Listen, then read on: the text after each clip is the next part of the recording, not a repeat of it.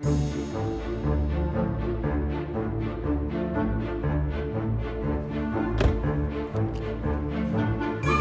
what are you doing? Larry? Sorry I'm late. I was just watching Hell Night for the show tonight.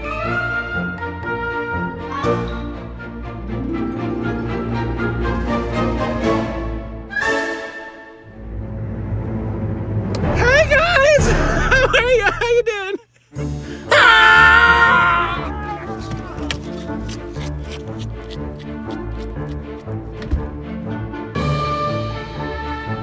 Hey, on second thought, do you want to go for a steaming cup of joe? What? Yeah, okay, sure.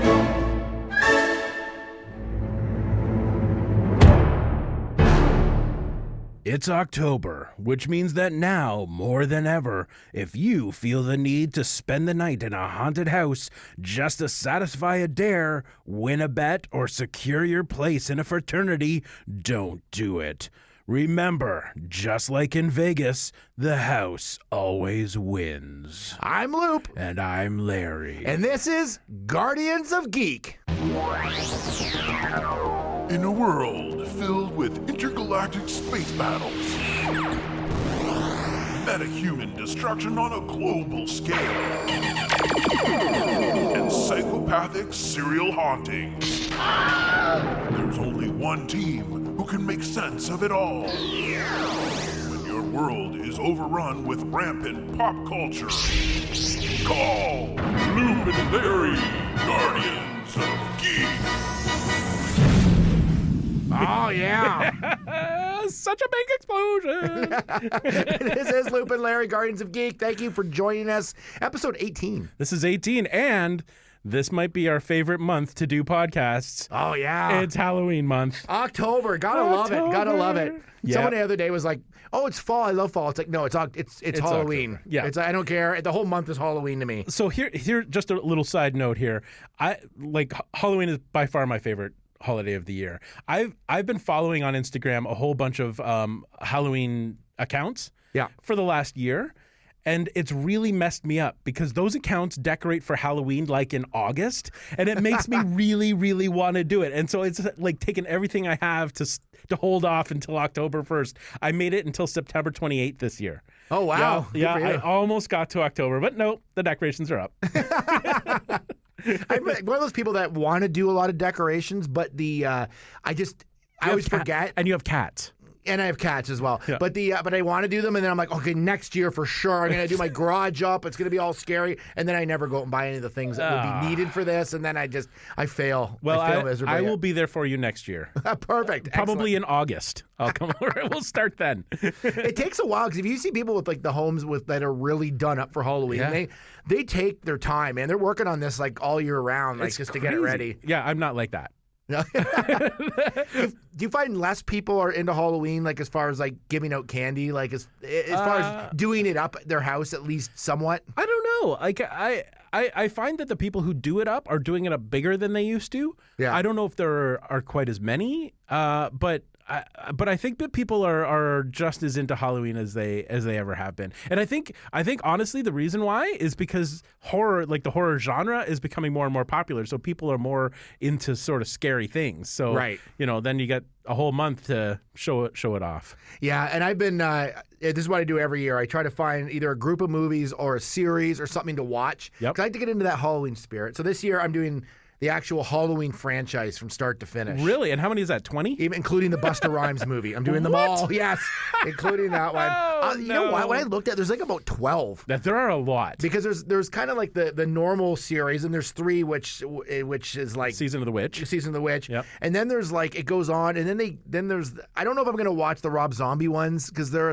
like you should. I don't know. I couldn't even get through 2. I know. It's really bad. It's not good. It wasn't scary. It was just gory. Yeah. Like for no reason. No. But maybe I'll try to put those in as well. And then the new Halloween, like the reboot. Yes. Which I thought was excellent. I really like the reboot. I'm really excited. We've talked about this already on the thing, but I'm really excited about that one. But it would be hard to keep track of that whole Halloween franchise because they stopped numbering them.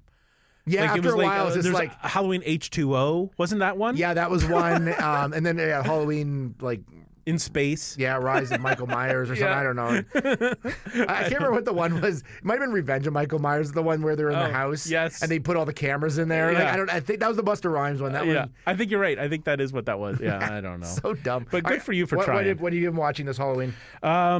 Well, I mean, I'm a big fan of Shudder, and I've talked about that lots of times. So I'm trying to make my way through as many of the classic '80s horror movies as I can. So I've managed to knock off Chopping Mall, which is one of my all-time favorite cheesy horror movies. I love that movie. It's like the quintessential '80s thing. Slumber Party Massacre was in there. Black Christmas. Yep. Sorry, not Black Friday. Black Christmas, which could really either be a Christmas movie or a Halloween movie. Black Friday was in there. So yeah, I've been trying to do the 31 days of Halloween. I haven't really kept up every day, but it's hard. Yeah. A friend of ours who we may have on the show at some point, Greg, Yes. he is actually including in the 31 days TV shows as well, like The Walking Dead, which I thought was a kind of a cool idea, Yep. or Creep Show Show, or whatever, yep. which I thought was a cool idea because then you're not committed to a movie for 31 days. You're just Yes. watching some sort of horror-based thing for like 31. I think that's totally acceptable. I will accept that. Yeah, I accept that. That is 100%. 100% acceptable. Well, there's a couple things we want to get to in the opener before we get into the Pop 5. Yep. One of the things is that if you've listened to the last couple podcasts, I don't know what I did. Some people did some settings things here that I didn't know, and Our IT department came in, made some adjustments, didn't tell us, and that left. happens at every job, though. You start does. doing stuff, and then the IT department gets in and like, oh, yeah, I forgot to tell you I adjusted this or this. Yes. And you're like, you don't know why things aren't working. Anyways, they didn't come out the way they usually do. So if you're listening to them in headphones, there was like it was only on one side, and in the car you can't notice it. Yeah. But if you had headphones on and you're listening, it was just like a one-sided, and then That's some other weird audio on the other side, which must have picked up on the second Yeah, track. it's I don't some know. dude making a phone call. I'm not sure how that happened. I don't know how that would even get on there I don't know. because there's nothing going into the board that does that. But anyways, whatever. So we'll get it right for this one, hopefully. Yep, we're back in business. We corrected I say the IT that, I department. say that now until it actually did it, and then it's, But at least we've admitted our mistake, so we're good. But thank you for pointing that out. Yeah, no problem. What else? Oh, so we wanted to talk right off the top about the big movie, the big controversial mega blockbuster movie that's out currently, Joker. We've both seen it, and we both want to talk about it, and I have so much to say about it. We could have done an entire podcast just on this, but we're not going to. We're just going to limit it to a little bit. However, I want to say, if you have not seen this yet, spoilers ahead. Okay. We're going to make it spoilery, right? Yes. Okay. Oh, yeah, Yeah. because it's like It's been over a week. you can skip the first 10 minutes of the podcast Exactly. from there and then join back in. Yeah, but yeah, just warning. Here we go in 3, 2, 1. How did you like this movie? Well, Jack Nicholson was excellent as the Amazing, Joker. right? Yeah, he was so good. Jared Leto, fantastic. He was so good as well. I didn't know which Joker I was watching. I just know. kind of watched them all. I wasn't Great. sure. And No. they're all in this movie. No, I loved it. It wasn't as dark as I thought it was going to be. Now, because you hear things from people and it's like, oh, this is the darkest movie of all time. And then I watched, I was like, I don't know whether I'm just desensitized to stuff. I think you are. I was just like, I didn't find it that dark. I was like, yeah, it was all right. Like, See, I mean, as far as darkness, I love the Right. movie, but Yeah. I mean, as far as that went, I was like, See, I found it really disturbing. Like, Yeah. really disturbing. Like, to the point where after I watched it, I thought this was one of the best movies I've ever seen, and I don't want to ever see it again. Right. Like, it was I was talking to people, and I sort of lumped it in with, like, Requiem for a Dream and Seven. Remember those Yeah. movies? Excellent movies that you kind of don't ever want to see again because they're just so disturbing. Right. For me, this movie did that. I found it was so real, and like his mental illness seemed so genuine, and like I was nervous watching this. I was like, he's going to go off, and this is going to be very, very unpleasant. I was more mesmerized by his performance. Like, I Yes. thought, like, he's just so into it, and he was just so good in it. Like, Yeah. Joaquin Phoenix, and it was excellent top to bottom. There's a lot of cool things in it. You know what's funny is that the trailer for this movie, almost everything in that trailer happens in the first like 10 minutes of Yes, the movie. yeah. Like all those little scenes that they cut in. There's a couple other ones that were later, but it was like, I'm like, okay, that was in the trailer, that was in the trailer, that was in the trailer. Okay. But it just, from a perspective of, like, you work in TV, I worked in TV, just the perspective of people that do trailers, like how they really take most of it from either outtakes or the first 10 minutes, right? So it didn't give a lot of the story away in the trailer, which was really nice. So after I watched this thing, I decided for a day or so I don't want to see this again. I don't want to. But of course, because it was as good as it was, I couldn't stop thinking about it. So then, of course, I had to go online and start reading about it, watching all the endings explained videos, and then I learned some very interesting things that totally. First off, you do realize that most of those endings explained are done by 13-year-old kids. Well, I watched one of those a 15-year-old kid. Okay, perfect, excellent. So this one is legit. Well then. So then it changed the entire movie for you. Are you ready for this? Yes. Okay, blow me away. So, there is a very distinct chance that Joaquin Phoenix was not the Joker. Okay. I can see that. He is not the Joker. So the theories are, and so now I've seen it twice. I went and actually did go again to see it. Having seen all this, I needed to see it again to prove, to see if these things were right. So the theories are, and I fully support this, that because of his mental illness, he created this not the entire world, but he created portions of this world in his head. Right.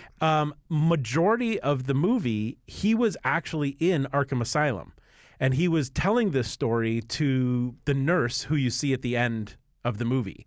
So he was making up a lot of the story as he went along. The only parts of it that were real were his job when he was a clown, his mother, the fact that he lived with his mother, and the fact that he killed his mother.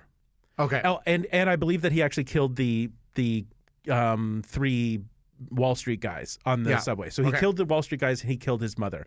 But as far as like the Joker stuff and painting his hair and all of the Robert De Niro scenes with the talk show, that was all in his head. He was making all of that stuff up. I believe that once he killed his mother, that's when he was arrested. He was finally arrested and shipped off to Arkham. Oh, yeah. And then from there, he was telling the story of the Joker, and he was creating this world where he was accepted. And not only was he accepted, but he became like a status symbol. Like you know what I mean? Because in real life, there is no way that he could have done that. Like he couldn't. He lived in the real world. Like his world was real. I mean, it wasn't a superhero-filled world. And if you think about it, there was a scene where he actually encounters Bruce Wayne as a kid. And when he encounters Bruce Wayne, Bruce comes right up over to him, and he's acting kind of strange, and he puts his fingers in Bruce Wayne's mouth and makes him, like, forces him to smile. And Bruce Wayne does nothing. He just stands there. Mm-hmm. Well, what kid would allow a stranger to stick their fingers in their mouth? So this was his whole, like, I'm controlling the Wayne family. I'm in control of the Wayne family. The other issue was that Alfred was standing there. Alfred was a big dude. Like in this movie, he was like a fairly big dude. Arthur, Joker, grabs him and like starts like strangling him through the fence. Alfred Pennyworth could have taken him on, like could have broken out of that, but he didn't. And that whole thing was Joker's fantasy about overpowering the Waynes and becoming more powerful than they are, because everybody in his life had sort of suppressed him and knocked him down. So in his fantasy, he was fighting back. Right. But it wasn't really happening. And so all of the ending where he, killed the Robert De Niro on the air, that didn't happen. None of those things were happening. Those were all his fantasy about what he wanted to do and the chaos he wanted to create. Mm-hmm. So the theory is that, so what backs up this theory is that there was an interview with Todd Phillips. He was on a red carpet, and there's video of this. So I watched this interview with him, and the interviewer says to him, will there be a sequel, kind of thing? And he said there quite possibly could be. And the interviewer said, will Batman be ever be appearing in this? And Todd Phillips said, absolutely never. Never will Batman be appearing in this franchise. Yeah. So that seems very odd. Why would Batman not be appearing in the franchise? That seems a little bit strange. And the other thing is that Joker is in his 40s in this movie. Young Bruce Wayne was like Yeah, 12. there's a major age gap. Yeah, by the time Bruce Wayne becomes Batman, Joker would be in his 80s or in his 70s. Like that wouldn't have worked out. So so there's that. So Batman will never appear in this franchise. What they're thinking is if they do a sequel, Joker will be like somebody in Arkham will hear of his story, or he will tell his story, and somebody else in Arkham takes that story and becomes that character. Right. And I thought about that, and then I thought about the fact that this movie is called Joker. It's not called The Joker. Just Joker. Just Joker. Right. Because he is not the Joker. Yeah. He is Joker. The one last piece of information that I have to back this all up. The only other time that there's really been an origin story for Joker was in the comic book The Killing Joke. And they gave a backstory to Joker back then, and it was similar. He wanted to be a stand-up comic, and he failed, and he was struggling, and blah, blah, blah. But in that comic, he actually becomes the Joker. Right. But the backstory was the same. But they never really told it entirely in the comic book. You just saw that he was a comedian, and then sort of he becomes a Joker. But at one point in the comic, he says, somebody asks him like where he came from or what his story is, and essentially he says, my story is multiple choice. So the whole thing with the Joker is that there is no backstory. It always changes. Like there's never a true backstory with the Joker. And the same thing happened with the Heath Ledger when Heath Ledger was the Joker. Right. Remember he was in the scene, he was in the ballroom, and he said, they were asking, he said, how ask me how I got my scars on my face. And he said, well, my mother, my father put a knife in my mouth and said, why so serious, and cut his mouth. And then a few scenes later, the story was totally different, that his father had hurt his mother, and so he did it to himself. So his backstory kept changing. You never know what the truth is. Yeah. So the same thing I think is happening in this movie, is that we're seeing stuff, but Joker is a totally unreliable narrator, essentially. You can't trust what he's saying. Mm-hmm. So we're seeing stuff, but I don't believe, like, he's telling that story, but I don't believe we're seeing the truth. So I think the next movie is going to be maybe The Joker. Okay, can you re-explain that right from the beginning again? Okay, so then I saw this movie called The Joker. Okay, that is a cool theory. Yeah. That is a really cool theory. The only things I think that are kind of like weird in it, and a little meta, is that he has flashbacks, or he has times in the movie where where you think as a viewer things are happening. Yeah. But they're not actually happening. They're all in his head. Yeah. Which would kind of support your theory, but at the same time, for someone to tell that story, it's kind of meta in that it's like he's not seeing things on top of not seeing things. Yeah.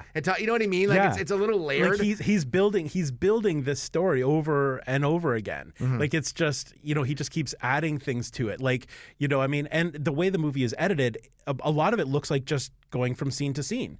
Like the very first time you see him in the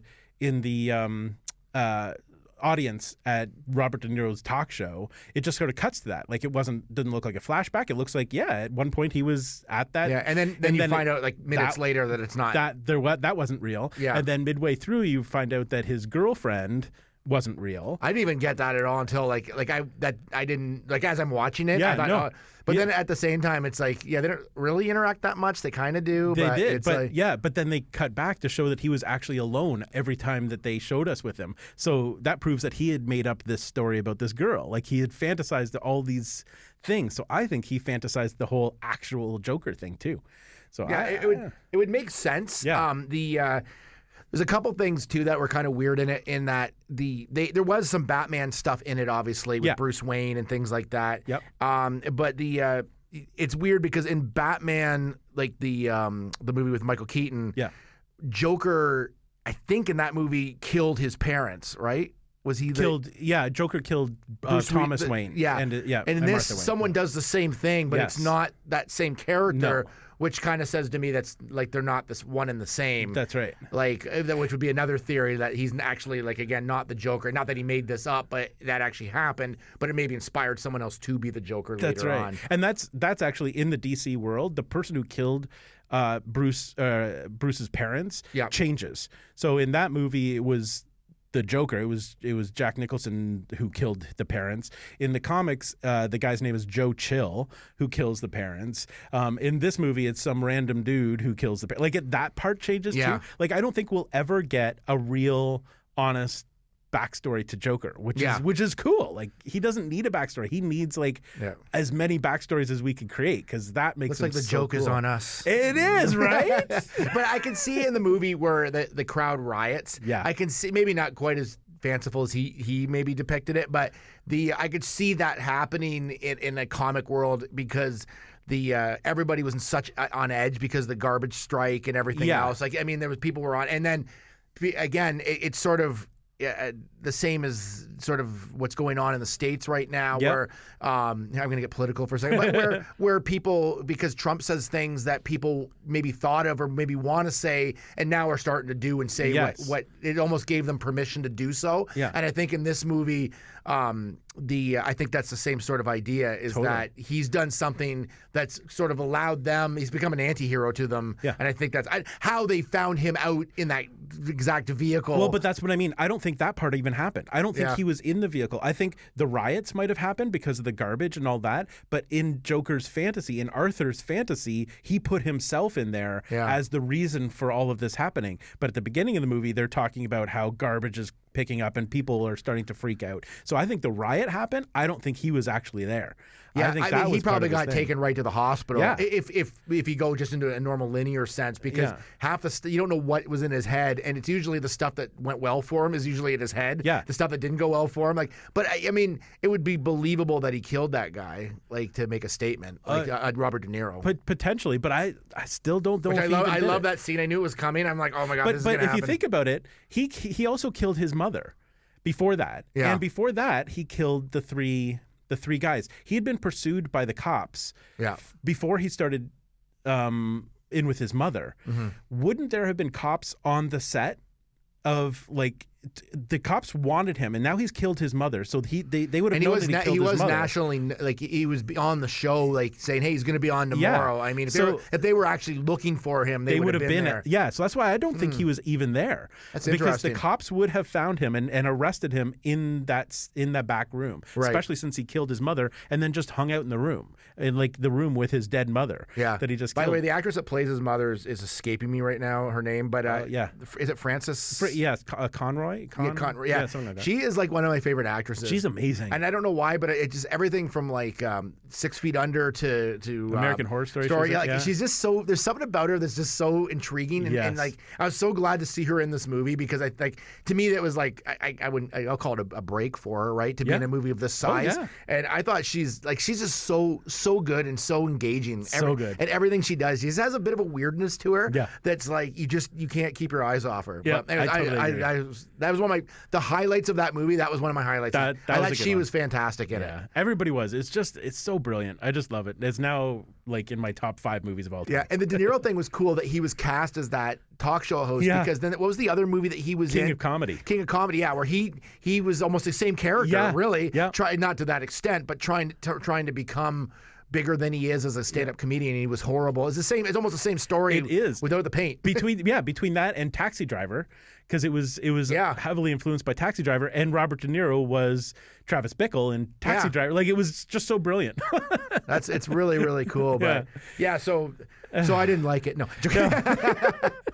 In conclusion, I did not like it. No. I thought it was great. It was just an amazing movie, and it was just such for a comic book movie, it was just so different. It's so different. Because it was really psychological, as opposed to, here comes Batman swinging down at the end. He didn't fight anybody. No. He didn't the only person he fought was his own inner demons, right? That's really, and his own mental health. That's right. That was the villain in it, really. So good. If DC can keep this kind of quality of movie up, they'll have a franchise. They'll be back on top.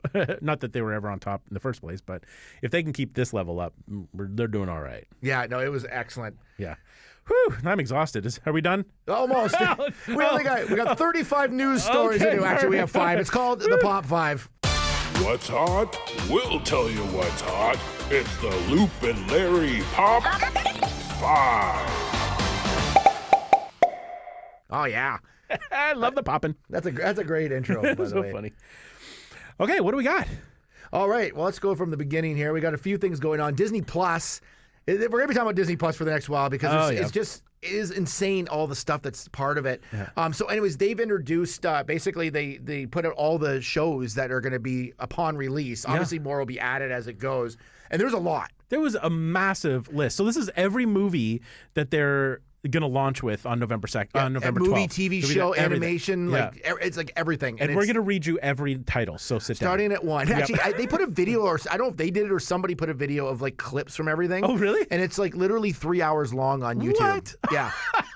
I'm like, wow, that's a lot of work. Whoever put that together. I don't know if it was, a list would suffice. I don't know if that was really necessary, No, but not really. but they had it. But of course, November 12th, Disney Plus will launch. I am ready for this thing. Yeah. Though I have gone to the site and there's really no way to get it yet. So I'm like, but I've been checking it. Yeah. So apparently, if you lived in the States and you were a D23 member, you had access to sign up for this thing like last month.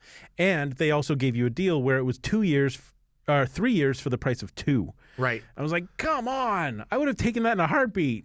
So in the States, it's $6.99 a month. Yep.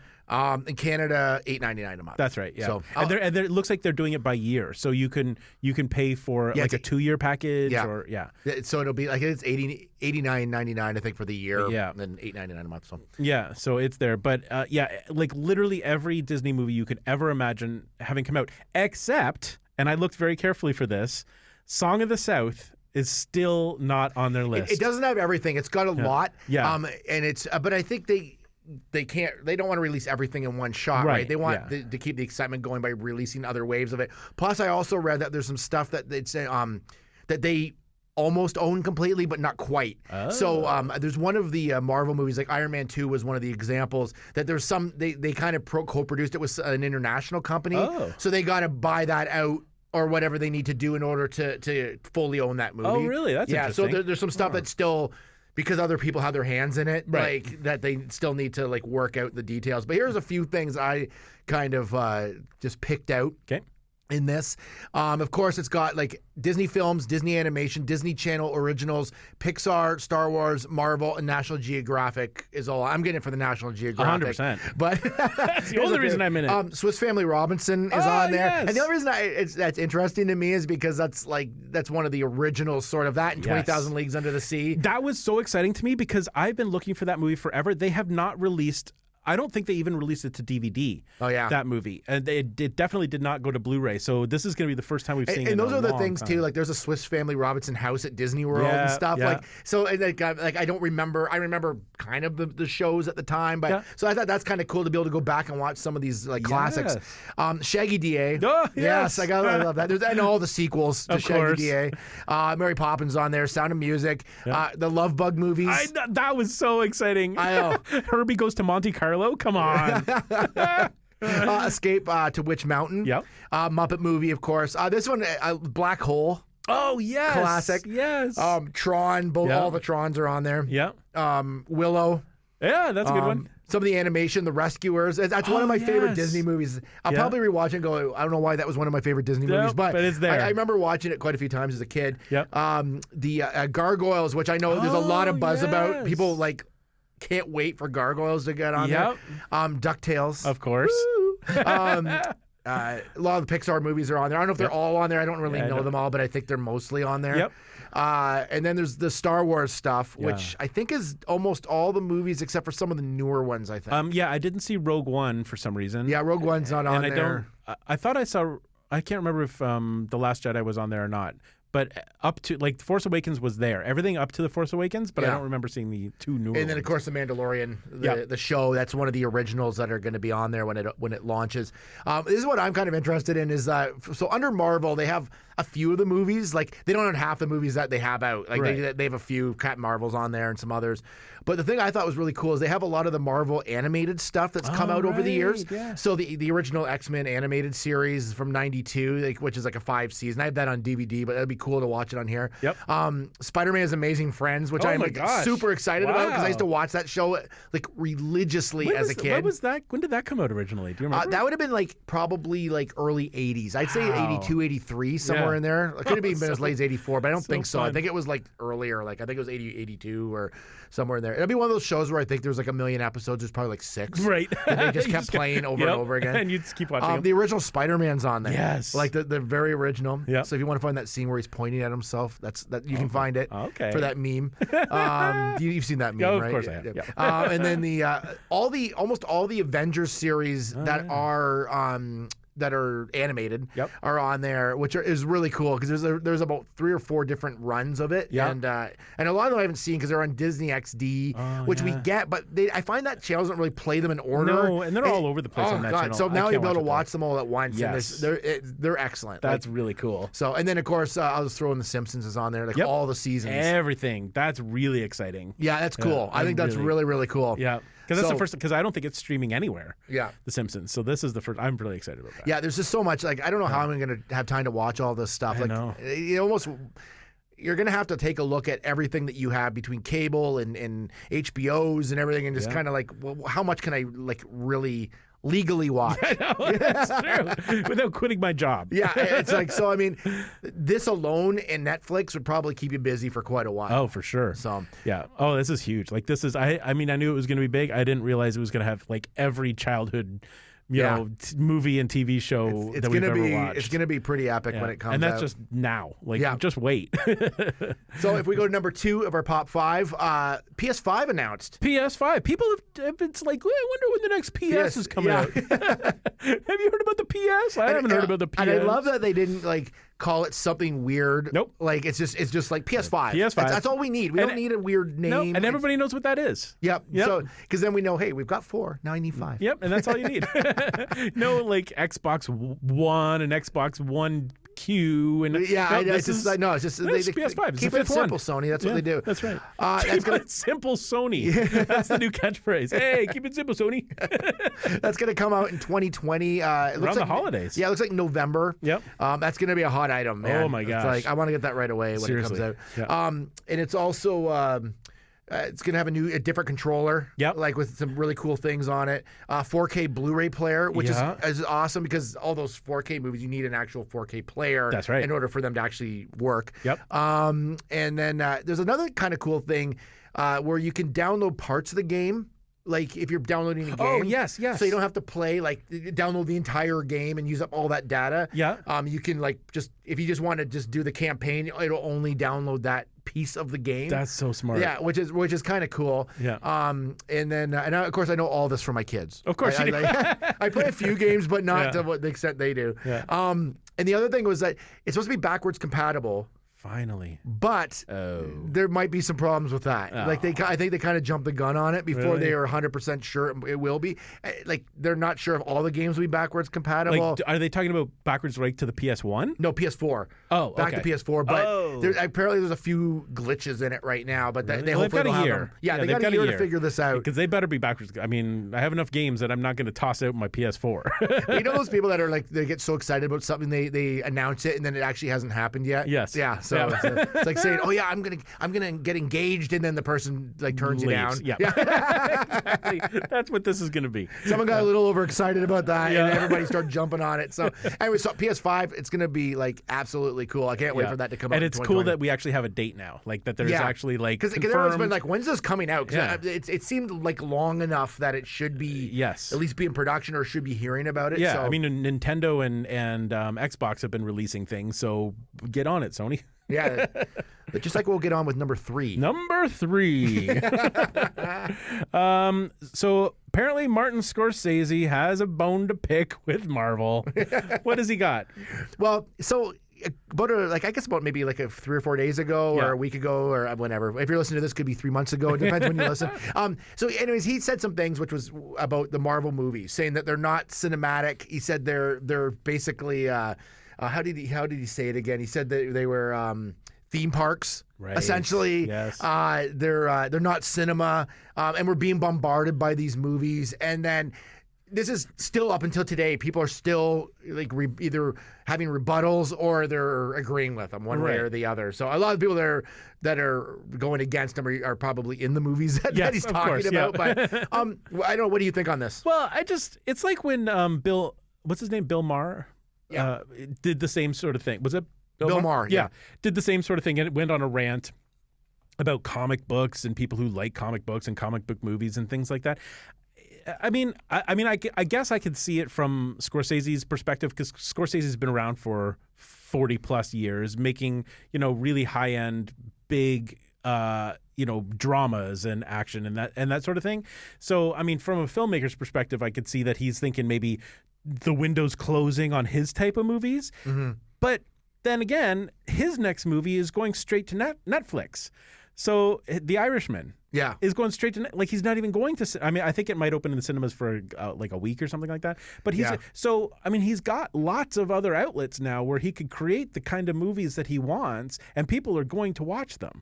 So why condemn a whole genre that obviously millions and millions of people love? I just don't understand what the value is in that. Which is weird, because everyone has different opinions on cinema, right? Because Spielberg last year was saying if you release it on Netflix, its streaming services are not the way you should watch a movie. That's right. But the movie that won the Oscar last year was in the exact same situation as The Irishman, where it was, because you have to have at least a week run, I believe, in the theater before it can qualify. Yeah, qualify for the Oscar. So it ran for a week in the theater, and then it ran on Netflix, and it won the Oscar. So I think he's seeing the same sort of these movies will be looked at. In the same way. They will, and that's the thing, is that people have to realize that the landscape is changing. It's not just a theater going experience. Like for me, I will always go to the theater when I can.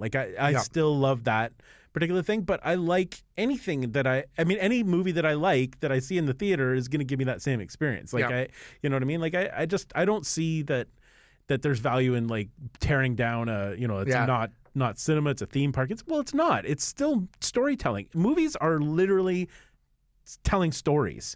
So there's an infinite number of ways to tell a story. Do you know what I mean? Just because it's not dramatic and harsh lighting and stuff that doesn't mean that it's not cinematic. I just don't understand. I don't understand. I have a couple ways of looking at this, and the one I understand, he did say that they're well made. He did say that. It wasn't like Bill Maher who just said okay, no, and pushed it. He's like, they're well made, but they're not cinema in the way he thinks it should be. Right. I think in that way, I think he's being a little narrow-minded on the whole situation. I do understand what he's saying about it's got a two-sided story. The one thing in the Marvel on the good side of Marvel is that it's getting people into the theaters that maybe wouldn't normally go. Yes. And maybe that them in there and seeing a trailer for something a little different might get them back into the theater again to see that. I mean, in that case, I think it keeps the theater alive as a way of watching movies rather than streaming them.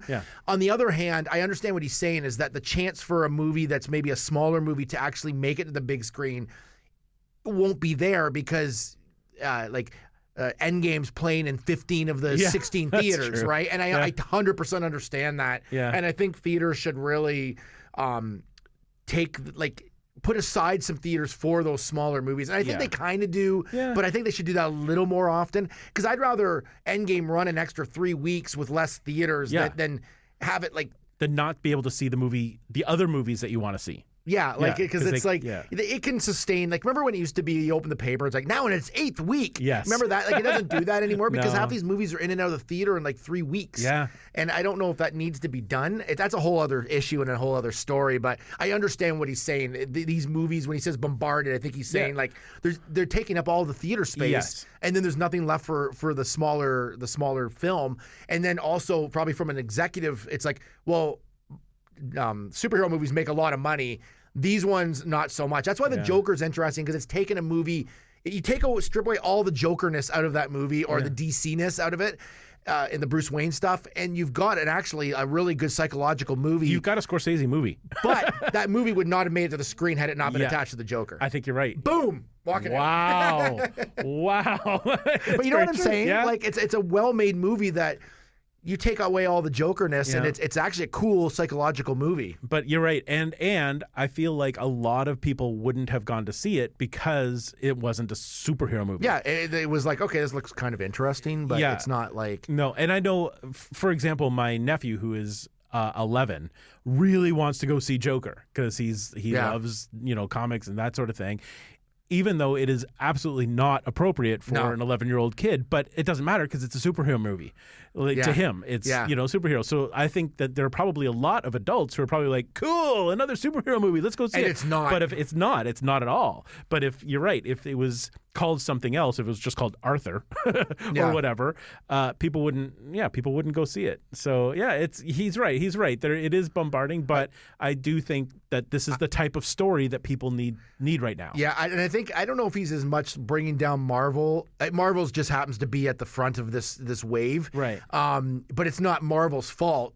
People are going to see it, which causes them to make more movies. So it's like if Iron Man had bombed, none of this would be where it is. That's right. But it didn't, and I understand that, and I see where it's at. But anyways, it was an interesting argument. I don't think he did say they're well made, and I don't think he was like bringing it down, but I can almost guarantee that there would be movies that Martin Scorsese was influenced by and loved when he was younger, like Creature from the Black Lagoon or whatever it was, that are kind of the superhero movies of that time and that generation. So I mean, you can't really discount them, because he probably has movies in his past that he loved that are sort of the same as the ones that we love. Well, essentially, the superhero movies that are out now, right now, the whole Marvel universe is exactly the same as the serials that ran in the 40s and 50s that brought kids to theaters every single weekend, because you'd get like a half an hour of a story, and then that story would end. Next week, you'd get another part of the story, so I mean, they were much shorter then. Obviously, budgets and things were totally different in the way they film things, but they're exactly the same thing. So you would be bombarded with, the Lone Ranger story. And for like weeks, you would go to the theater to see parts of this story. Well, now budgets are much bigger, and we're still doing the same thing. These are the modern day serials. So we're seeing part 1, and then 2 years later we see part 2, and then 2 years after that we see part 3. But it's exactly the same thing. Yeah. So it's just a bigger scale, because everything is bigger scale now. So I don't know. Yeah. Well, times change, and the special effects get better, and it's all part of movie making, right? It's just different parts of movie making, which are the CGI, and that's a part of movie making. It's just different because that didn't exist back, in the day. So I don't know. I think he's got a point on both sides. I think there's a point both ways. Yeah. But maybe to make his point, he had to kind of bring down the castle of Marvel. You know what I mean? Like, but I understand what I 100% understand what he's saying. Yeah, exactly. But that's why during Oscar time we go see all the Oscar movies. Yeah. Whether I think they're interesting or not, but almost every time I go, I'm like, oh God, that was really good. That was amazing. Because, you wouldn't normally go see those movies. Yep, exactly. That's very true. Well, let's move on to number 4. All right. Before I get too fired up. Number 4 is actually a perfect example of what we were just talking about. This is a John Wick story. They're talking about making a spin-off, a female-centric spin-off of John Wick. Yeah. The reason it fits in well with what we were just talking about is because John Wick is a huge franchise, and part 3 was in the theaters. I'm sure no more than like 3 or 4 weeks, and then it was gone. It was gone. Like I saw it in the theater, and then I wanted to take my son because he's a big fan.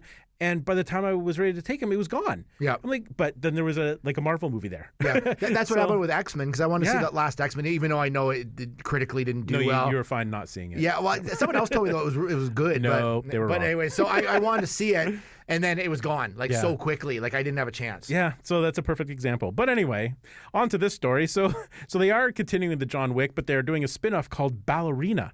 And it focuses on a young female assassin who is seeking revenge against the people who killed her family, because that's what people seek revenge for. Apparently this character of Ballerina appeared briefly in part 3, in John Wick part 3. Okay. I don't remember who that was, but now I want to go back and take a look. Yeah. So it's not a brand new character that they're developing. It's somebody who actually exists in the John Wick universe, and they're just spinning it off. So it's got like a female John Wick. Yeah, that's cool. I think that's which is awesome. I love the John Wick franchise. I have not seen one of them. What? I know it's just one of those movies I just never got around to seeing. Oh, and you- it's like you I'll gotta try. get on it. I'll put it on my list. 100%. I'm trying to power through Dark Crystal right now. So. Oh, okay. Well, as soon as that's done, And I'm saying I'm trying to power through it. It's like, that's another podcast. that's another podcast. Okay. But yeah, John Wick is fun. You would like knowing you the way I know you. You Yeah. would love this movie. They look cool. I Yeah. just one of those movies like Just passed you there's by. just, again, like we were talking about before. There's so much stuff to watch. Yeah. It's hard to get it all in. But I want to kind of like the other one I was thinking of. This is a whole other story. Was The Purge because I've never seen any of the no, Purges. I've never seen those either. Yeah. So, but Yeah. anyways, but all of a sudden they're on like the fourth movie, and I'm like, I've never seen any no, of these. and but- there's a TV show too. Oh yeah, that's right too. All right. But anyway, so that's something to look forward to, and it is trending. Number 5. This is very exciting. Fortunately, it hadn't happened before we started recording this podcast today, but they are going to be releasing the full final trailer for Star Wars Rise of Skywalker Okay. on Monday, October 21st during the NFL game, the Monday Night Football game. Okay. Which airs in Canada on TSN and in the States on ESPN. And of course, ESPN is owned by Disney, and they've done this before. And 5 minutes later on YouTube. And yes, that's right. So, but that is the rumor, and that's what's trending. And there was a moment there that people thought that it was running the week before, which in this case was yesterday, the day before we started recording this thing, because John Boyega posted something on Instagram that was just the logo, the NFL logo, with Star Wars characters behind it, and it said like Monday. Yeah. And so everybody's like, oh my gosh, that was like 3 days ago. So everybody's thinking, oh, it's going to happen now. It's going to happen now. Turns out he didn't actually do that. It was some other like poser. But anyway, so it looks like it's going to be the 21st. And the reason they think it's going to be the 21st is because October 21st is Carrie Fisher's birthday. Okay. So it would make sense to run that trailer on her birthday. But the other thing it means potentially is that tickets will go on sale the minute that trailer finishes. Yeah. Yeah, I can see that because happening. that's what's happened every other year, and I know that because I'm the guy who sits on my yes. computer while I don't even get the tickets. Wait for you to get them for That's me. right. And Yeah. it's like, I don't think you've bought a Star Wars ticket in the last 5 or 6 years because I'm the one who buys it for I you. know because you're always on it, and I'm like, Yep, you got to be on the website as the trailer's playing. So the minute it stops, you hit I love refresh that. and you're in. I love it. So that's where I will be if anybody needs me on October 21st. I'll tell you what got me excited about Star Wars, the new movies and stuff, is that I was at the EB Games here in Canada. I'm not sure what it's GameStop, I think, in the Yes, States. yep. I saw they had the Mandalorian pop figures out. Yeah. And they also had the first wave of the new Star Wars ones for the Rise of Skywalker. I was like, oh. Yeah. And then you start seeing these characters, you don't know who they are yet Nope. because they're in the movie. Like, is this person even going to be important? I don't know. But I need the pop. I need those pop vinyls. So Did you buy them? no, my son is the one who really collects the Star Wars right. ones. I don't collect them because he already has them. So. Right. Okay. Well, he will. I'm So sure he I will collect get it through him basically because so they're in your house. Is what they're in you're my saying. house. He kind of collects them, but enough. I'm sure it'll end up. on your shelf. Yeah, someday he won't take them to wherever, and I'll just keep them. So. Yep. He's got a lot too. He's got a lot. Awesome. So, awesome. But anyways, that excited me about Star Wars because I saw them. I was like, "Ooh, It's coming. And then I started looking at the back. I'm like, "Oh, look at these characters. This is gonna be cool." Yep, it's coming. Best movie ever. Okay. So that's our pop 5. Yes. Right now, but now we have our individual trending Yeah, moments. these are just some things that we're watching ourselves in the geek world. Yep. Mine's AEW, which is All Elite Wrestling. It debuted since the last podcast, and this is a huge deal. So just to give a really quick background on it, Shahid Khan and his son Tony, who own the Jacksonville Jaguars, are funding it. Okay. They've got millions of these guys are rich, so they got lots of money to play with. Okay. Cody Rhodes, who is Dusty Rhodes' son, Matt and Nick Jackson, who are known as the Young Bucks on the independent scene, Kenny Omega, who I met last right. weekend. Yep. Yeah, so Sunday Comic-Con. they're all part of like the brainchilds behind this thing. The son Tony's really like the other brainchild behind it.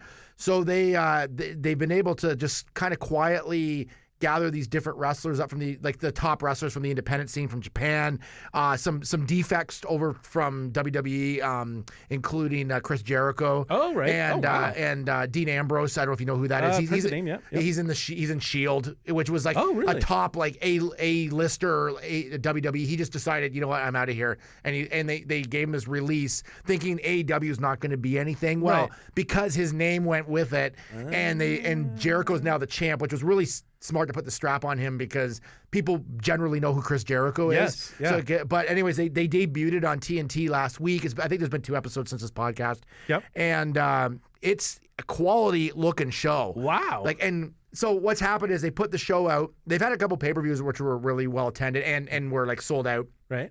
So it came out on TNT. TSN in Canada carries it. Yep. And it's worth watching if you're a wrestling fan. There's a lot of wrestlers you probably won't 100% know, but it's really cool. That's it's awesome. and so there's this huge excitement for AEW to the point where at the WWE shows like Raw and SmackDown, people are chanting AEW in the crowd. What? And you can see people blatantly wearing AEW shirts. Like they're rebelling? Well, because people are They want something new? They want something new, and they're bored of WWE of like some of the stupid the storylines, and some of them don't make sense, and it's like there's some things. So I think WWE's trying to change that, but They're gonna have to now. yeah, and so anyways, it's going up against NXT, which is now on USA Network, so they're kind of going up against each other. But AEW is like blowing it away 2 weeks in a row. I love NXT, by the way. Like I still love WWE. Right. It's just that this is like I'm interested in it because the quality of it is so good. Like they have the explosions when everybody comes out. Like, you know what I mean? Like it's the things you expect. Like Like the commentating, like Tony Schiavone, who used to do WCW, and they've got Jim Ross, who used to do WWE in its prime. Right. Like they're the commentators. Like it's just cool. It's a bit of old school mixed with like the newer wave. Right.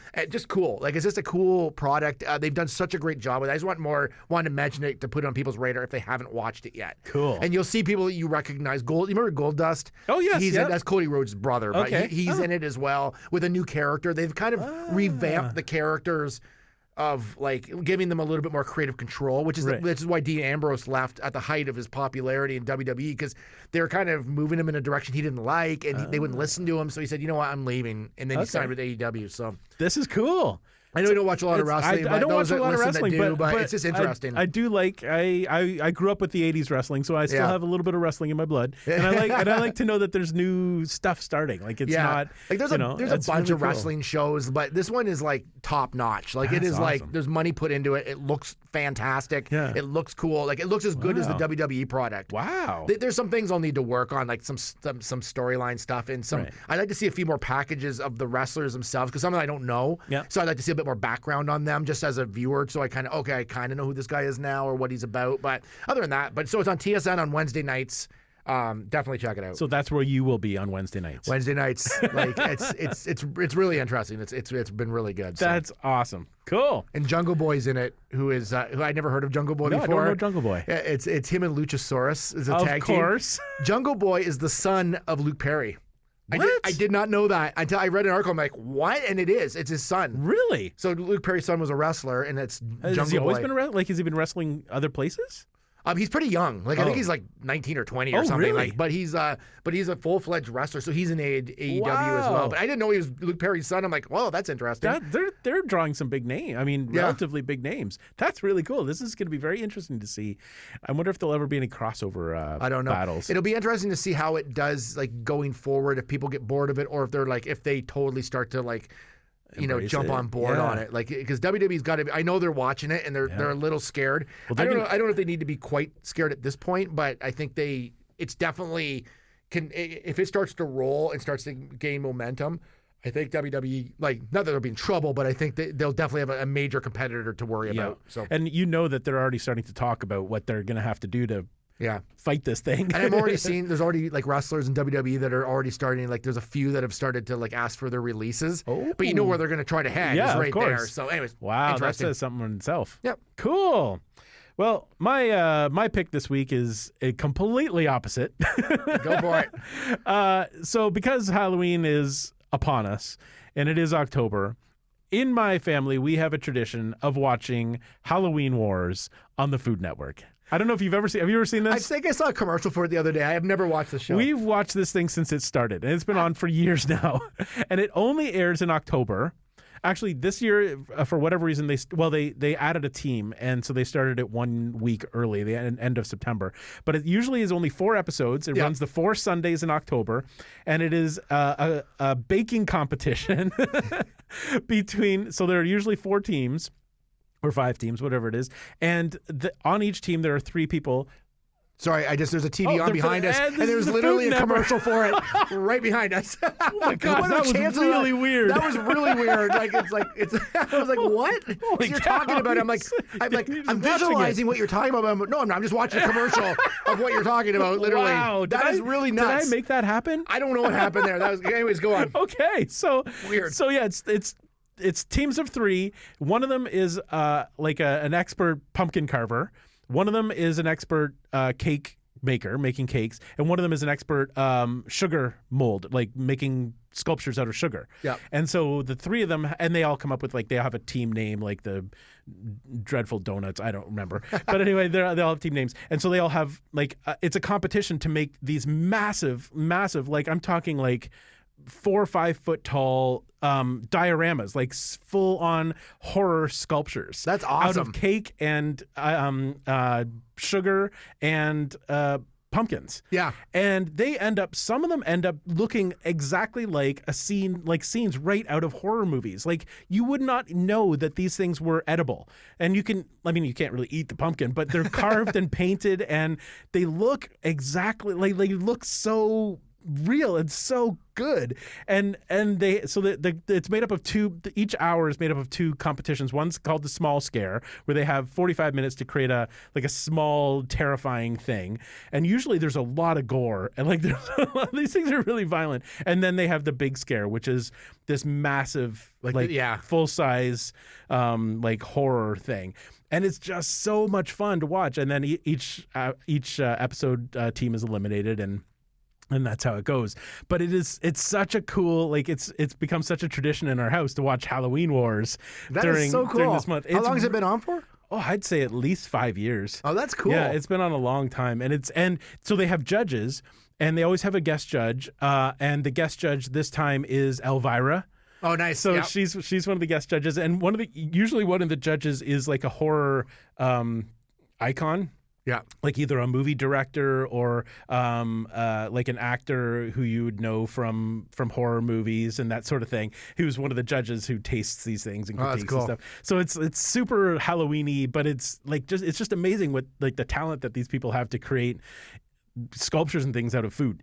That's awesome. So it is on currently. I think there are 3 episodes in because I started 1 week early. So there are still 2 more episodes. It's on till the end of October on the Food Network. So you should try to catch it. Did you say Elvira's in it? Elvira's in it. Okay, well, keep me abreast of the situation. Oh, wow. Yeah, okay. I guess we better go to the pod capacitor. You're not allowed to watch it now. After that joke, I'll just get in the car here. So dumb. Here we go. 88 miles per hour! All right. Oh wait, let's run. There we go. And the thing is, you're probably not the first person to have made that joke, and yet it still lands every time. I waited for a moment to get in there. And that's all you were thinking about that whole time. Once you said her name, I'm like, what can I say that has to do with Elvira? All right. Yeah, I don't even know what we're doing now. All right. So this is the Pop Capacitor, of course. Every week we look back at something like an older show or something from the past that could stand up. Or could not. Or could not stand up. Now, this week we're doing a horror film because it is October, so we're going to do some horror films in this month. And this one is called Hell Night. Yes. And I feel like it's, before we get into it, I feel like this is kind of like, because we didn't really know what we were going to do, and we found this on Shudder. Yep. I think I've seen it before. I think it's also on Netflix right now. Yeah. I know I've seen it before. I have never seen it. But it's just been a long time. Okay. So So it was kind of like going to a video store when we were kids, like where you just grab something off the shelf. You like the cover. I'm not really sure what this is. That's what I felt like this was to watch. Absolutely. All right. So this movie, like I said, I had never watched it before. Loop said, "Hey, let's watch Hell Night." Okay. All right. Well, I've got a little trailer piece here for us. All right. Let's do that first. Welcome to Garth Manor. In order to be a member of Alpha Sigma Rho, one has to do what? To stay in Garth Manor one night. And why is this night so special? Because 12 years ago, Raymond Garth murdered his family here and then committed suicide. And when the police arrived, they discovered a note written by Raymond Garth describing the entire gruesome act. But strangely, they only discovered 3 dead bodies. Andrew is still believed by some to be living somewhere within this house. Pray for day, hell night. This trailer was awful, by the way. It's the worst. Okay, and then he got dead, and then he died, and he blah, blah. I gotta dissect this trailer for a second. The trailer's 3 minutes long. I cut it down to like 30 seconds or whatever it was. There's a narrator that comes in at the very end all of a sudden that says, pray for day. And then it's like, hell night. I'm like, that doesn't even make any sense. That makes zero sense. It's not even clever. I don't know what that's supposed to mean. And that girl that's in it, well, first of all, it's like, half the movie is in that first scene. Like It's like you might as well just watch this trailer. Literally gave you the entire plot right there. Yeah, in the trailer, it totally gives the entire plot. Yeah. The girl in it, I don't know what is wrong with her. She's supposed to be English, but I can't understand anything she's saying in the movie. But anyways, let's get into that. So, anyways, that's basically there's a fraternity. So wait, this movie came out in what year? It was like I should have researched that. I think it was 82 or 81. It was 81. But the big draw for this movie is that Linda Blair is the star of this movie. So, she was the star of The Exorcist. She's in this movie, and she's supposed to be starring in this movie. Yeah. So that's the big draw. So the basic plot is that there's a sorority and a fraternity, and they each have 2 pledges each that have to stay the night in this house, which he explained in that clip, which I found weird because it's like, how do you become a pledge? Well, we got to stay the night in this house. But it made it sound like it happens every year, but obviously it didn't, because when they get in the house, it's all hell breaks loose. Yes. Yeah. After a good 40 minutes of nothing happening. No, I'd say more like an hour and 20 minutes of nothing happening. Anyway, so right off the top, this movie has potential because the story is really cool. Like this guy who you heard in the trailer tells the entire story of this house with the guy who owned it. He had several children. Each of the kids was born with like an affliction. They were deformed or they had issues, whatever it was, and he ended up killing them all. But it's a cool, intriguing story, and he's telling it as they're walking towards the thing. So I'm like, this is going to be cool. Like I like where this is going. And then it goes quickly downhill from there. But the interesting thing about this, before they even get in, is the director decided that he wanted to make a slasher. This is like a classic 80s slasher movie. He wanted to make a slasher movie that wasn't just teenage kids in a building getting killed by a dude and they're wearing their jeans and their T-shirts and whatever. He wanted to make a gothic movie, but they didn't have a lot of sororities and fraternities back in the Middle Ages. so he cleverly decided to make this like a frat party to start with, but it was a costume party, and the theme was like Victorian England. Yes, so that's often a good that makes perfect sense. Yeah.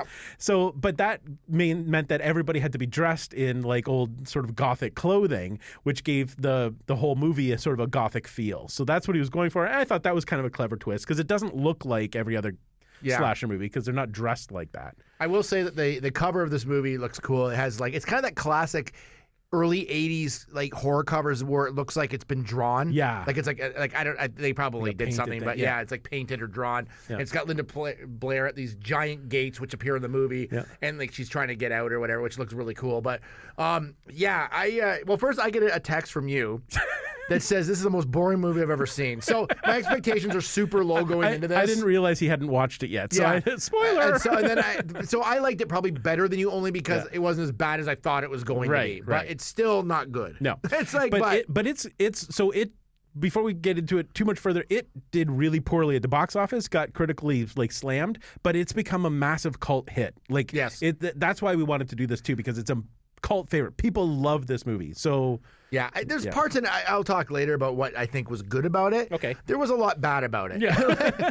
So, of course, opens up with this crazy frat party, sorority party that's like ridiculous. Yeah. That looks like it's done in the White House. I don't know what house that is they're living in, but it's so ridiculous. And then they drive up in these cars to this mansion. Linda Blair, by the way, looks incredibly young in this. She looks really young, except that she's matured, if you know what I mean. Yes. Elvira could have been in this movie. Yes. But her face, she looks exactly the way she did in The Exorcist, except for a tiny bit older, more but mature. Not, yeah.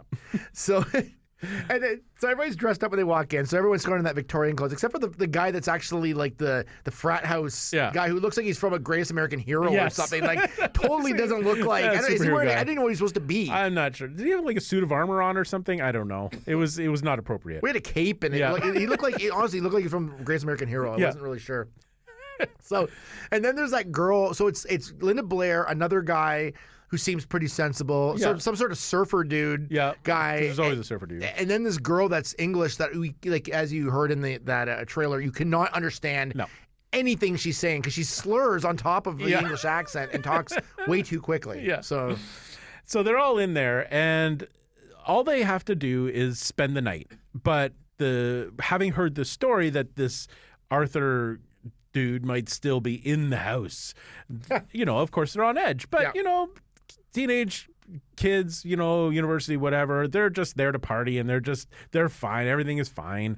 So they spend like literally the first half an hour just sort of talking about and really deep conversations of stuff and about life and like really heavy dialogue for what kind of movie it is. Exactly, like completely forgetting about why we're watching this movie. And like, I want to see some slashing. I want some slashing. No, my first worry was, oh my God, there's only 4 people in this. Like how, like that's going to be very few people to kill. Yes. But then, like, they're locked in there by this gate. Yeah. Which I don't know why they just couldn't jump any of the fence. I don't know how. Well, because they said the gate is very difficult to jump over because it has spikes on the top, and it did. So you couldn't like just. But how big were the wall? I guess the walls are pretty tall around, like from the gate on. I guess so. I don't know. I think you probably could have scaled them, but anyways.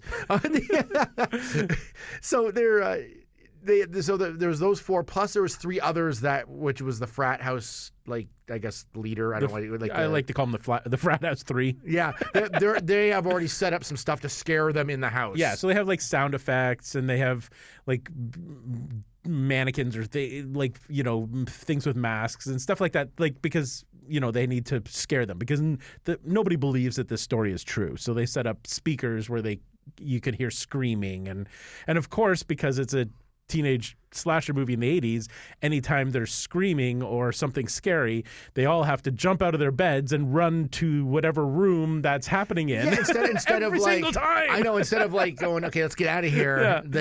Or just stay where you are. I know. I found a piece of dialogue I wrote down from that conversation. All right. What makes it so evil to be rich, but so noble to be poor?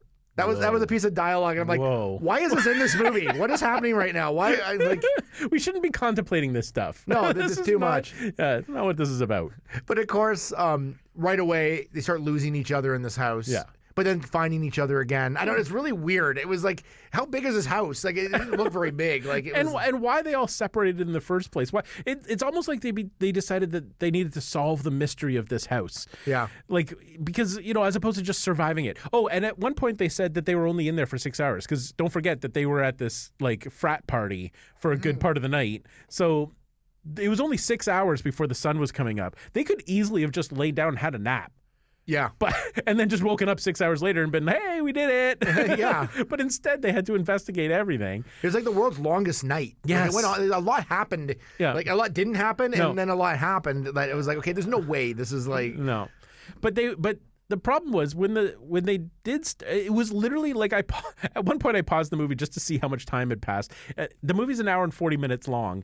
An hour and 22 minutes into the movie, I think was when the first killing kind of happened or someplace around there. I mean, it was way in. And then so they killed this one guy and he fell off the roof and was hanging outside of a window. And I swear they used that guy hanging out the window for at least 4 different jump scares because every time somebody would walk by the window, there'd be like a boom, boom, there he is again. I know. And then 10 minutes later, 2 more people would walk by, boom, boom, same guy. Like literally everyone bumped into him, like individually. Yeah, I'm like, okay, we know, we get it. He's dead and he's hanging out there. There's some other weird parts in it too, where it's like Seth was the surfer guy. Yeah. And then there was the British girl. So it's implied that they have sex at one point, but they're both fully dressed the entire movie. Yeah. Like, I don't know when this happened exactly. Like, it was just, like, they were she was scantily clad, but it was like, just stupid things like that, like, okay, this makes absolutely zero sense. No. It's just, and it was just, like, nothing was very interesting about this movie. No. So there was, like, as it turns out, the Arthur Griswold, Garrett? Griswold. Yes, the Griswolds. The Griswolds were actually living in the house. So the story was true. The guy was living in the house, and he was sort of, hunting them down for no apparent reason. Like, I don't know why he was doing this. There was no motivation for that, really, was there? I don't know. I don't know. Just because they were invading his home, I guess. Yeah. That was probably it. Yeah. So he was just sort of slowly started killing them off. And then, of course, there was the big final chase where he was chasing the last one. And there happened to be, there was a bit of a car chase. They found a car. So they jumped in the car to drive away. Oh, we're safe. Everything's good. But all of a sudden, they can't start the car. Oh, yeah. Of course, that always happens in every movie. Single cliche. I mean, now, granted, this was 1980 or 81. So there hadn't, now it's so cliche. Maybe at that time that was still fresh. I don't know. But they couldn't start the car. They finally started the car, crashed it through the front gate of this place. And as we already determined, the front gate had some spikes on it. Yeah. I wonder what's going to happen next. Well, the big baddie was on top of the car, and they drove the car towards the... It was only one. It was just her. She was the only one left. Oh, that's right. Yeah, Linda Blair driving the car sees the fence that's knocked down, drives the car, and of course he's impaled on the fence. I love that one of the frat guys, or actually it was Seth, I think, gets out of there. Yep. He climbs the fence. Of course, he gets all cut up on the top. Yes. He gets down. First off, he says, "Throw me my boots," but there's a huge gap under the fence. They could have slid those boots under, but then he has to throw them over the fence. I'm like, you could totally see you could slide them underneath between the bars. Yeah, the bars weren't that big. You can almost put a body through the bars. Yeah. Then he goes to the police station. They don't believe him because there's all these drunk frat people. Yeah, and that's the other thing. Somehow this house is located relatively close to town because he makes it to the center of town and to the police station and all this stuff. They only had 6 hours. This whole adventure was only 6 hours long. And I'd say at least 4 of those hours passed before he got out. Yeah. So it was right around the corner from the police station. He gets to the police station and then they don't listen to him, so he just walks in and takes a rifle. Yeah. And walks out, and there's tons of people in there. I'm like, okay, that doesn't make any sense. This was the 80s. People did that all the time. Apparently they just left rifles out for you to take for the taking. That's right. If they were busy, you just, vigilante, just do your thing. So there was a couple, I thought, good parts in it. Let's hear those. Unfortunately, it all happened near the end. Yep. I thought it was cool. There was 2 people. It wasn't just the one killer. Right. There was actually 2. Right. So there was, I think, one might have been the dad, maybe. I don't know. One of them was deformed, which is the guy that he was. He looked like Texas Chainsaw Massacre. And then there was the other guy right. who ended up getting shot by Seth. Yes. And left for dead. Yep. So that was kind of cool. There was actually 2 people, not just the one. Yep. I thought it was cool that I thought the tunnels underneath the house were cool. Yeah. So there's these tunnels that are dug underneath the house, and that's where they kind of live, is underneath. There's one cool scene where the 2 of them are sitting there, and all of a sudden this carpet goes up, and he comes through a hole in the floor. Yeah. I thought that part looked pretty cool. Yeah, and the catacombs were cool, or whatever that was. I kind of felt like the catacombs might have been used again in House of a Thousand Corpses. Oh, they could have been, because that was where they lived in that. Yeah, and that's true. Or at least it was like an homage to it. Yeah, I should look that up, but I bet it could have been. The one thing I did read about those catacombs, they were literally only 2 corridors. They built 2 corridors and shot them in multiple angles, so it looked like they kept coming from different spaces. That's a classic. Stuff. Yeah, it's so good, and it worked. Well. It totally looked like lots of. When you have no budget and you can tell this movie didn't. Yep, this is what you do. I think they blew most of that budget, probably renting the house and that frat party at the beginning, which had probably 70 extras. Yes. it was massive. And then it's down to 7 characters and that's for it. the rest. Well, don't forget they also blew the budget on the costuming, because they actually had to they couldn't just go to the Gap and get jeans and a t-shirt. Yeah, that's true. They'd have these these weird costumes. I like that the killer moved fast in it. He was fast, yes. Yeah, not just one of those super slow they're running and he's ages behind. Yeah, he's breaking through walls and doors and stuff. Yeah. I thought that was kind of cool. Yeah. And that was. What else you got? What else? Nice final kill. I thought the final kill was cool. The him gate? being impaled on the gate. Yes. I thought it was kind of cool. Yeah, that was cool. I mean, you could see it coming a mile away, but it's still for an 80s slasher flick. That's a pretty neat way to go. Yeah. Yeah. I thought it was kind of cool that even though the thing with Seth going to the police station was ridiculous, I do like the fact that he did get out of there. Yeah. Because a lot of times they'll jump the fence, it'll be a big ordeal, and then he gets killed outside the building. Yeah, the guy's already, like, he's come out the tunnel on the other side. Or something. And it's like, what was the whole point of that scene? But he actually did make it to town. Yeah, that's different. And no one actually like got him. But anyways, it was all right. Like, I mean, yeah. like it wasn't good. No. Like, I didn't think it was like, I'll say right now, it didn't stand the test of time. It did not. I thought there was elements in it that were cool. I just thought like the first part could have been tightened up a lot more. I think there should have been maybe 2 more people in the house with them. Yeah, 2 more like people that we didn't like, or like, you know what I mean? Like the red shirts, like Star Trek red shirts, who are just there just to get killed off. yeah, like really easy kills. Yeah, right off the top. Yeah, just to scare the other 4. Because I realized they're trying to build like the suspense of what's going on, but there really was none. Like it was like it's like okay, someone finally gets killed, and you're like okay, because you know what's going to happen because it's a slasher film, so you know somewhere down the line someone says. But like the cool twist was that there was 2 of them, and there wasn't just the one family member. There was actually a couple. That's true. So I thought that was kind of cool. But anyways, it was. I'd give it a solid okay. I'm glad to have seen it now that I know that it's a cult classic, and it fit right in with the Halloween theme. So that was good. My biggest thing is because Linda, like I love Linda Blair in The Exorcist, and I think she's kind of cool, and I would like to have seen her do something. I mean, she drove the car at the end and killed the guy, so that was something. But for the longest time, she just talked. There's just a lot. It's just too much dialogue. Yeah, like unnecessary dialogue for the type of movie it was. Yeah, like it could have really flown like a lot faster. Like it kind of the beginning was kind of cool, and then it just sort of like and I don't know why that guy had the key to the gate in the first place. Well, I don't know how he would have gotten that. Yeah, I don't know. Yeah, unless his dad was a realtor or something. I don't know like how that would have happened. Like there's a lot of questions. There was a lot more questions than answers in this movie. Well, and like how did those 2 guys live in that house? Like what do they eat? Because they didn't eat the people after they killed them. No, I don't know. I mean, I'm sure they probably scrap around. I don't know. Go to the grocery store? It's only down the street. Yeah, I don't know.